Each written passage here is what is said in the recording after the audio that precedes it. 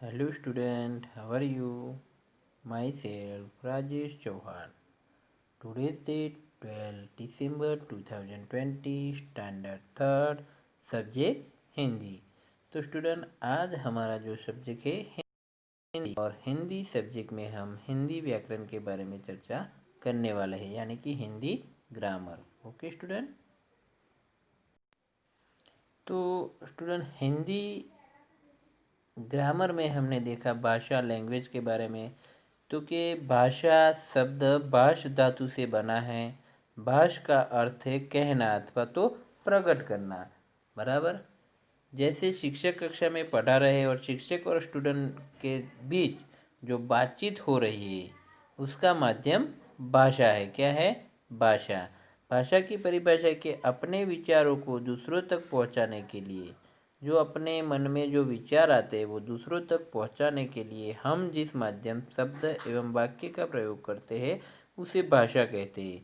ऊपर के चित्र में वार्तालाप का माध्यम हिंदी है, अतः हिंदी भाषा ऐसी प्रकार और बहुत सी भाषाएं है। तो ये हिंदी भाषा है और हमें अभी जो बात कर रहे हैं वो हिंदी भाषा में बात कर रहे हैं। तो हमारी भाषा का माध्यम हिंदी है। Okay student. ऐसी बहुत सारी भाषाएं जैसे कि गुजराती, अंग्रेजी, बंगाली, मराठी, संस्कृत, उर्दू, चीनी, उड़िया और पंजाबी आदि बहुत सारी भाषाएं। इसके बाद हमने देखा था भाषा के प्रकार के बारे में। तो भाषा के प्रमुख 3 प्रकार होते हैं जिनके माध्यम से हम अपनी बात अथवा विचार दूसरों तक पहुंचाते हैं। तो हम अपनी बात और विचार दूसरों तक पहुंचाने के लिए जो माध्यम का उपयोग करते हैं उसे भाषा कहते हैं। भाषा के प्रकार लिखित भाषा, मौखिक भाषा और सांकेतिक भाषा। लिखित भाषा में हम अपने विचार लिखकर प्रकट करते हैं। मौखिक भाषा में अपने विचार वाणी द्वारा दूसरों तक पहुंचाते हैं और सांकेतिक भाषा में संकेतों द्वारा हम अपने विचार प्रकट करते हैं। तो ये भी हमने देखा था। ठीक है। दूसरा लिपि। तो भाषा को लिखने की शैली, मतलब भाषा को जो हम लिखते हैं वो शैली को लिपि कहते हैं। हिंदी भाषा की लिपि देवनागरी कहलाती है, जैसे हम सब भारतवासी है। सार संक्षेप में भाषा विचारों को प्रकट करने का साधन है। भाषा में दूसरों तक संदेश पहुंचाने की शक्ति है। लिखकर, बोलकर अथवा इशारा करके हम अपने विचार दूसरों तक पहुंचाते हैं, यानी लिखित भाषा, मौखिक भाषा और सांकेतिक भाषा। इशारा यानी सांकेतिक भाषा।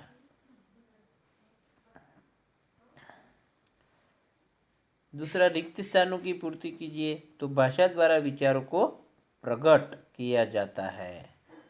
और ख है, हमारे देश में अधिकतर पंजाबी भाषा बोली जाती है। हिंदी क्या बोली जाती है? हिंदी भाषा। मौखिक भाषा में खाली जगह विचार प्रकट होते हैं। चुप रहकर या बोलकर, तो मौखिक भाषा में बोलकर आएगा। मुस्लिम भाई उर्दू भाषा बोलते हैं। निम्नलिखित प्रांतों की भाषा का नाम लिखिए। पंजाब की पंजाबी, गुजरात की गुजराती, महाराष्ट्र की मराठी और उड़ीसा की भाषा होती है उड़िया। चित्र के माध्यम से बताइए कि यह भाषा का कौन सा रूप है। तो फर्स्ट जो चित्र है उसमें एक लड़की कुछ लिख रही है। क्या करती है? लिख रही है। तो ये लिखित भाषा है। दूसरे में जो है वो लिखा हुआ जो है वो पढ़ रहा है ना। क्या कर रहा है? पढ़ रहा है।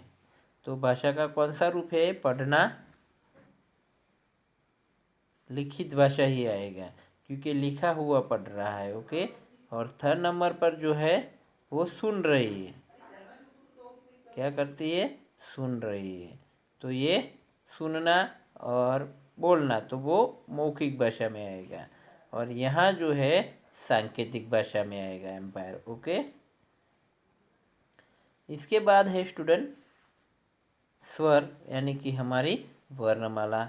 इससे आगे हम देख लेते हैं वर्णमाला में। जब हम किसी भी भाषा में बोलते हैं तो हमारे मुख से अलग अलग ध्वनियाँ निकलती है। जैसे कि हिंदी भाषा में नीचे दिए गए शब्द विभिन्न ध्वनियों को प्रकट करते हैं, जैसे कि कमल क प्लस म प्लस ल, शटर श प्लस ट प्लस र।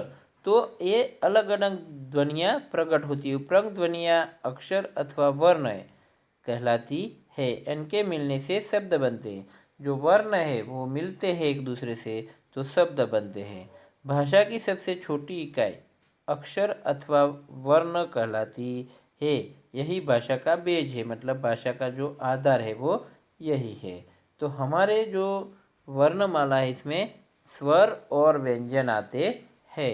स्वर में अ आ ई उ री ए ऐ ओ और औ आते हैं। व्यंजन में क ख ग घ ज्ञ ज्ञ ड च श ज ज ज्ञ ट ठ ड ढ न त थ द ध न प फ ब भ म य र ल व श श श ह। तो स्वर और व्यंजन है। हमने देख लिया है एक बार ये, इसके लिए हम थोड़ा फटाफट जा रहे, मतलब आपको याद रह जाए इसके लिए फिर से देखते। वर्णमाला में कुछ और भी वर्ण हैं, जैसे कि बिंदु और चंद्र बिंदु, मतलब अंग और विसर्ग है अह। ये दो वर्णों को मेल से बनते मतलब संयुक्त व्यंजन है। क्ष त्र ज्ञ और स्र ये दूसरी भाषा से आए हैं। अ ज फ और वर्णमाला में ए भी है, ड और ढ। हम जान गए कि बोली और लिखी जाने वाली ध्वनियाँ वर्ण कहलाती है। वर्ण दो तरह के होते हैं, स्वर और व्यंजन। वर्णमाला में कुछ वर्ण दूसरी भाषा से भी आए हैं, है ना।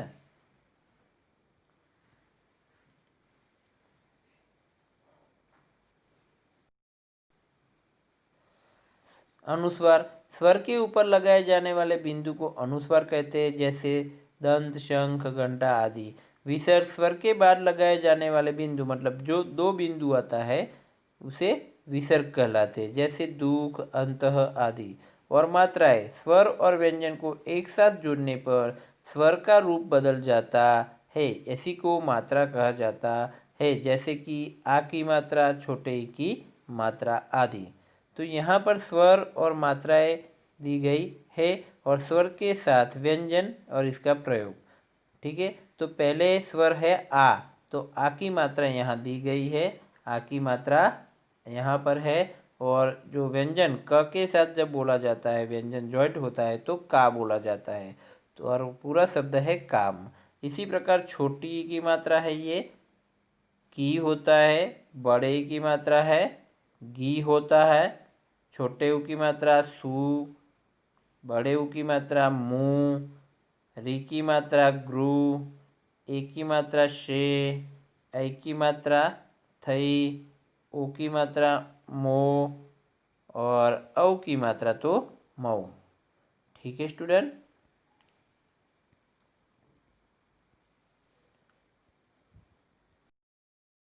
तो हमने जो स्वर की जो मात्रा है वो भी हमने देख लिए। विशेष है, कोई भी व्यंजन अपने आप में पूरा नहीं होता है, अतः उसे लिखने के लिए हल्लतः का प्रयोग किया जाता है। और जब यह स्वर मिल जाते हैं तब हम इसका उच्चारण कर सकते हैं, जैसे कि क च ट त थ आदि। अ में कोई मात्रा नहीं होती है, यहाँ व्यंजन में जुड़ी रहती है। सार संक्षेप, भाषा के सबसे छोटी इकाई वर्ण कहलाती है। हिंदी में 11 स्वर और 2 अयोगवा तथा 36+1 व्यंजन होते हैं। मात्राएं स्वर और व्यंजन को एक साथ जोड़ती है। जो मात्राएं होती है वो स्वर और व्यंजन को एक साथ जोड़ती है। दिए गए चित्रों को देखकर छूटी हुई मात्राएं लगाओ। तो यहाँ फर्स्ट है हाथी, मोर, सेब, अमरूद, शेर, चूहा, मछली और लड़की। तो यहाँ हमने योग्य मात्रा लगा के ये शब्द को पूरा किया। ह से ह को आ की मात्रा और थ को बड़ी की मात्रा आएगी। म को ओ की मात्रा आएगी। स को ए की मात्रा आएगी। अमरूद में र को छोटे ऊ की मात्रा आएगी। शेर में श को मात्रा आएगी एक ही। चूहा में बड़े ऊ की मात्रा, मछली में बड़े ई की मात्रा और लड़की में बड़े ई की मात्रा आएगी। ठीक है स्टूडेंट। इसके बाद आप देखोगे कि व्याकरण, तो भाषा को व्यवस्थित रूप प्रदान करने का माध्यम व्याकरण है। व्याकरण के अभाव में भाषा का बिगड़ा हुआ रूप देखने को मिलता है। अगर व्याकरण नहीं होता तो भाषा का जो रूप है वो बिगड़ा हुआ हमें मिलता है। जैसे कि यहाँ फर्स्ट वाक्य है, राम दूध पीती है और सीता दिए दिन में सोता है। तो यहाँ पर आप देख रहे हो कि राम दूध पीती है, तो राम वो पुल्लिंग शब्द है, मतलब उसकी जो जाति है वो नर जाति है, और सीता है वो नारी जाति का शब्द है। मतलब जो ये राम और सीता वो संज्ञा है, लेकिन संज्ञा जो है वो राम संज्ञा है वो नर जाति की है और सीता नारी जाति की है।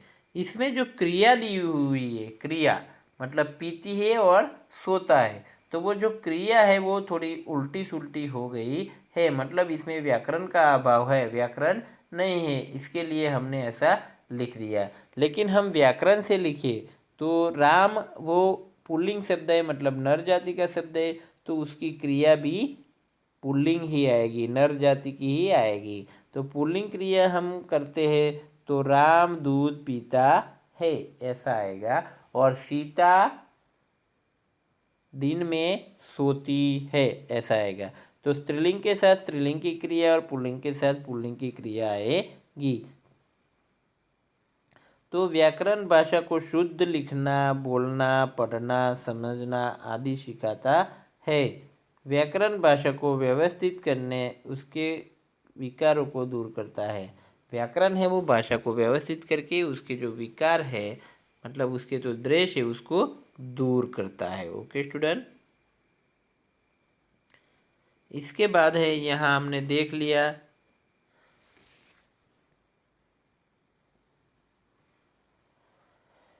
यहाँ पर रेखा खींचकर शब्दों को चित्र से मिलाओ। रेखा खींचकर शब्दों को चित्र से मिलाओ। तो पहले जो शब्द है नल, तो ये ऐसे आएगा। इसके बाद है ये फूल, तो ऐसे आएगा। बस ऐसे आएगा, और घोड़ा ऐसे आएगा। ओके, नीचे दिए गए शब्दों को पढ़िए और चित्रों के सामने लिखिए। कमल, घर, शहद और अदरक।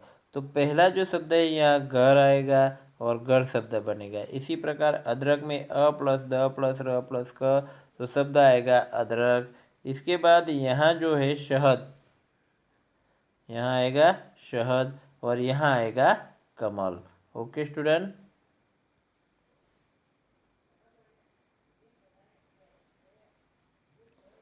इसके बाद नीचे दिए गए वर्णों से स्वर व व्यंजन छांटकर लिखिए। तो यहाँ च, ओ, ए, ड, र, ए, क्ष, अ, म और उ दिया गया है। तो क्रम है, पहले स्वर में कौन आएगा, तो स्वर में पहले जो लाइन से हम जाते हैं तो ओ, इसके बाद ए, इसके बाद आएगा ऐ, और इसके बाद आएगा अ, और इसके बाद आएगा उ। व्यंजन में क्या आएगा, तो च, ड, र, क्ष, म आएगा। रिक्त डिब्बों के गायब स्वर वोवेल्स को लिखिए। तो पहले जो खाली जगह दी है यहाँ अ, इसके बाद आ, ई, बड़ा ई, छोटा ऊ, बड़ा ऊ है ना, यहाँ आएगा री, ए, ऐ, यहाँ आएगा ओ, औ, अंग और अह। रिक्त व्यंजन लिखना है तो क, ख, ग, घ, ड, च, श, ज, ज, ज्ञ, ट, ठ, ड, ढ, न। ऐसे आपको पूरा व्यंजन लिखना है, मतलब आपको हिंदी अल्फ़ाबेट लिखना है। ओके स्टूडेंट, इसके बाद है हमारे शब्द विचार। शब्द विचार, तो वर्णों को मिलाकर शब्द बनाए जाते हैं। शब्द कैसे बनते हैं, तो वर्ण हिंदी भाषा की छोटी सी छोटी इकाई को हम वर्ण या अक्षर कहते हैं, और शब्द जो बनते हैं वो वर्णों को मिलाकर बनते हैं। तो वर्णों को मिलाकर शब्द बनाए जाते हैं। शब्द का कुछ अर्थ भी होता है, जो शब्द बनते हैं उसका अर्थ होता है। जैसे कि यहाँ पर एक शब्द है, वर्णों को मिलाकर बनाए ब प्लस त प्लस क, तो शब्द जो बना है ब थ क, ये क्या बना है, ब त क। तो इसका कोई अर्थ है कि बतख वो एक पक्षी है और तालाब में तैरता है। इसी प्रकार न रह और कलश, तो ऐसे ऐसे शब्द वर्णों को मिलाकर बनाए हैं। ऊपर के शब्दों में बतख और कलश शब्दों को कुछ अर्थ निकलता है। नरह शब्द का अर्थ नहीं निकलता है, यह शब्द नहर है। तो यहाँ नरह लिखा है, वहाँ नहर है। तो दो या दो से अधिक वर्णों के मेल से शब्द बनता है। ये शब्द सार्थक होते हैं, जैसे कि हाथी, रथ, गाय और बरगद का पेड़।